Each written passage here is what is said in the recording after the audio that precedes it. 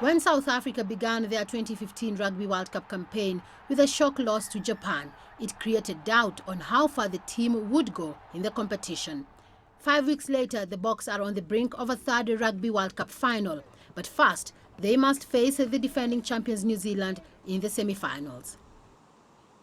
This is probably the best team that I believe that's ever played the game.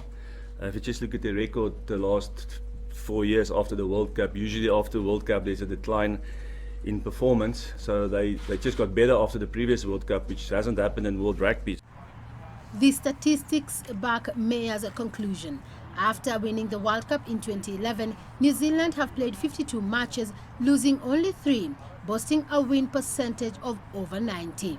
One of those losses came against the Springboks last year, and that knowledge will give the Boks confidence going into this last 4 encounter at Twickenham. I think it's more a question of we have to execute very, very well, use every single opportunity and defend for our lives. And whenever we have a chance, we've always scored enough tries. That wasn't the problem. We've always scored 4 tries, 3 tries against them and had more chances. I think it's more a question of backing our defence and be very, very disciplined in this team. South Africa have named an unchanged starting lineup for the match, but recalled veteran lock Victor Matfield to the bench in anticipation of a hugely tense end to the game.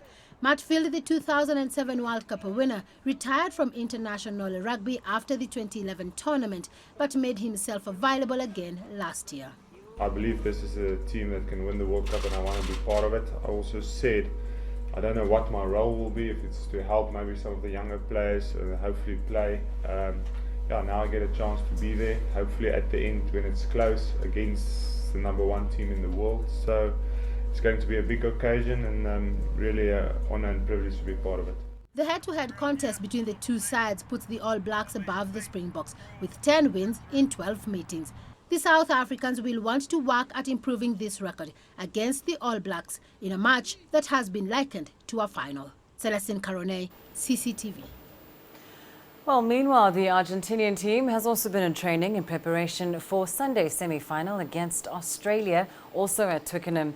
The Pumas have one major doubt, however, with captain Augustine Creevy awaiting test results after sustaining a leg injury in a 43-20 win over Ireland. Hooker Julian Montoya is on standby in case Creevy does not make it.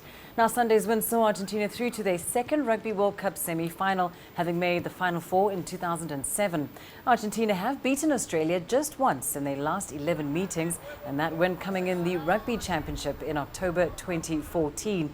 In July, Australia beat Argentina 34-9, but the South Americans are high on confidence after their win over Ireland and remain hopeful of reaching their first World Cup final.